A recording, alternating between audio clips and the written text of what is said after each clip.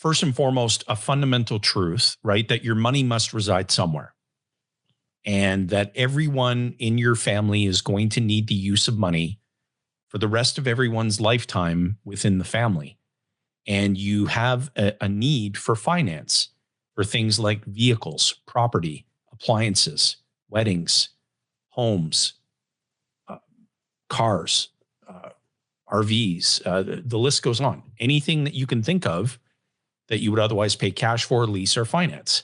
Well, when you understand that you're doing all the work to earn your income and you're not keeping any of it because you're systematically transferring it away through every financial transaction in your life, and all that money ends up on the books of someone else's bank, which is where it landed to begin with when you got paid, that's a problem because it's unnecessary.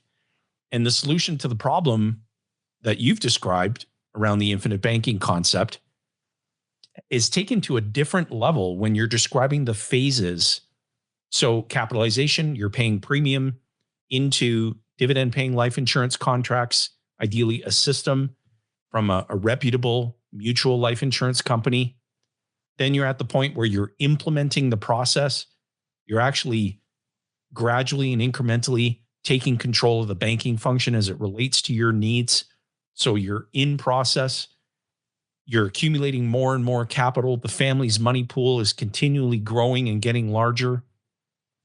And when you get to the point, I'll just skip over, and you get to the point where it's passive income time, and you know that you're going to get back out more capital than you put into the system. You're going to do it on a tax-free basis, so you don't have the government hovering over those assets with a giant knife and fork waiting to devour them.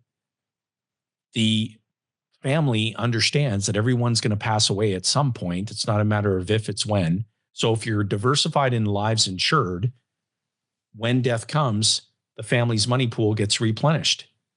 And in simplicity, if you know that using the best tool to get this job done, which you've described and I've described, if you know you can contribute almost unlimited sums, you pay no tax on the daily buildup, you have capital that is accessible on demand on your terms without reducing the asset's value and without triggering a taxable event,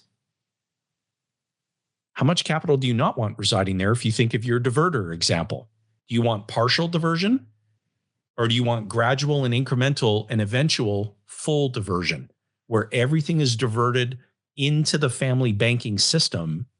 And from that base of operation financially, the family can achieve everything that it needs to achieve as it relates to all the things that you need to finance throughout the course of your lifetime, including investments.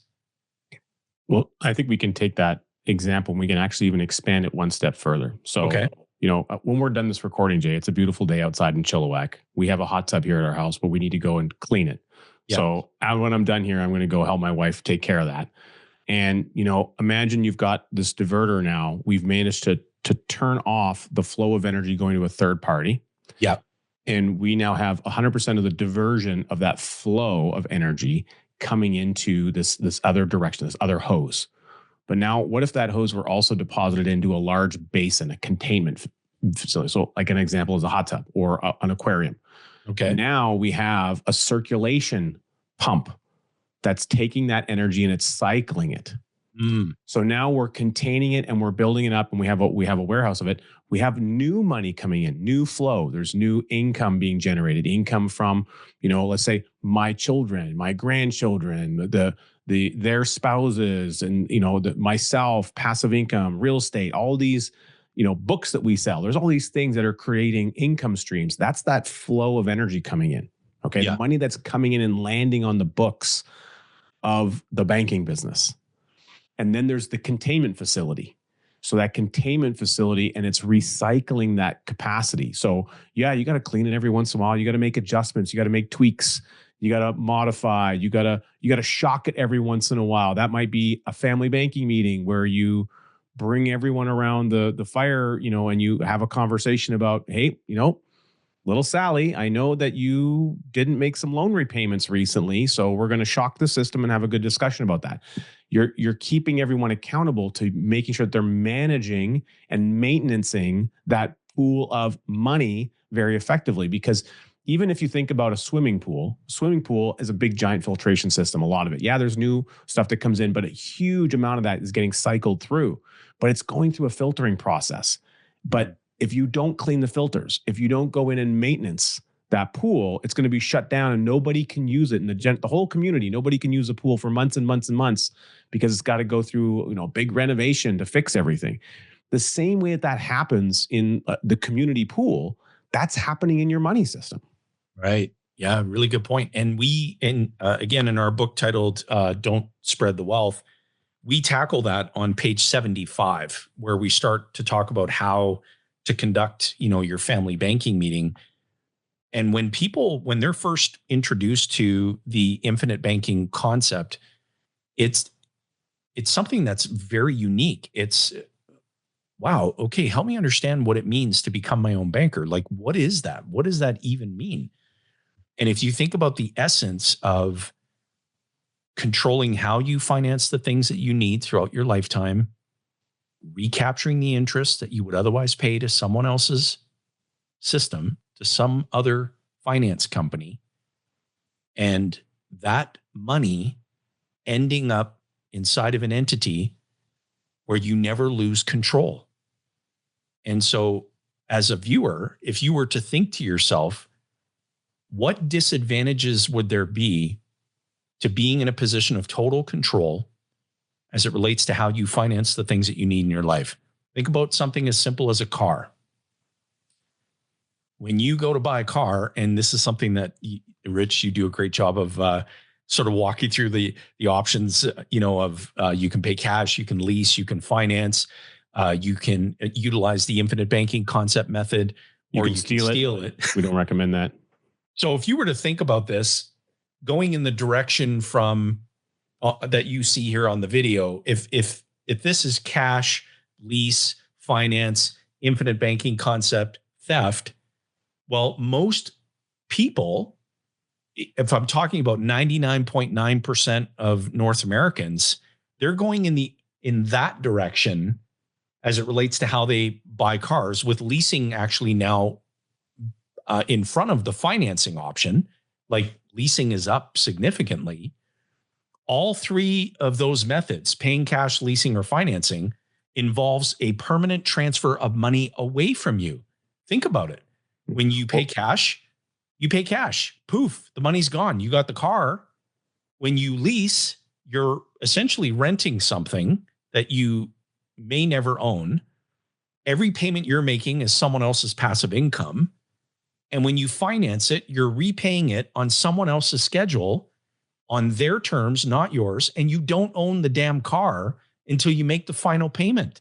So what's the difference between someone who paid cash for it and someone who financed it? You both end up back at zero.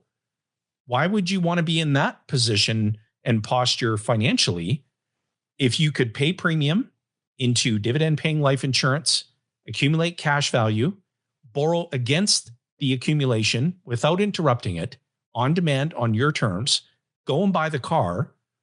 The lien for the loan is not on the car. It's on the death benefit of the insurance policy. You own the car. The loan's not reported to TransUnion or to Equifax. It's a private loan. You're not interrupting any of the daily growth of your cash value. You still have a permanent death benefit, which you didn't have in either of the other three options of buying the car. And God forbid, if the unthinkable happened to you, your family still owns the car. There's no indebtedness left behind. And you've got an ever increasing pool of value that can't be repossessed. It can't go backward. So again, tapping into our logic, how much capital do we not want residing inside of an entity like that we control? Well, in that car buying example, I mean, especially if you're like the person who's using the illegal option of acquiring a car and stealing it, not only do you not have any death benefit, you might have a death wish, actually. So very different. And taking that one step further, we learned from Nelson that you said leasing is up. Yeah. Well, just think about it very logically. If you're going to lease someone else's equipment, Right. by default, it's not yours. It belongs to the other party. So the other party is the owner.